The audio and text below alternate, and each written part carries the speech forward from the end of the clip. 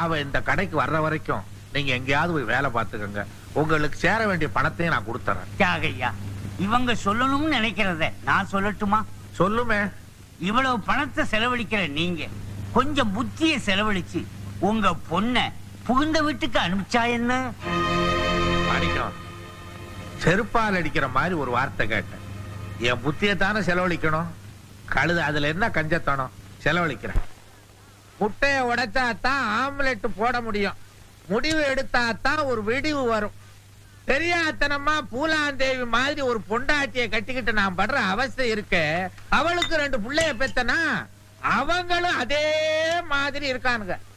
பொறுப்போட வளர்க்க வேண்டிய பிள்ளைங்களை வெறுப்போட வளர்த்துக்கிட்டு இருக்கா. 1000 தான் சொல்லுங்க முதலாளி. நீங்க உங்க பொண்டாட்டியோட இருக்கிறதா நல்லது. மாப்பிள, நான் இப்படி இருந்தாதான் என்னோட அருமை அந்த மூதேவிக்கு தெரியும். அப்பதான் அவ பொண்ண புகுந்து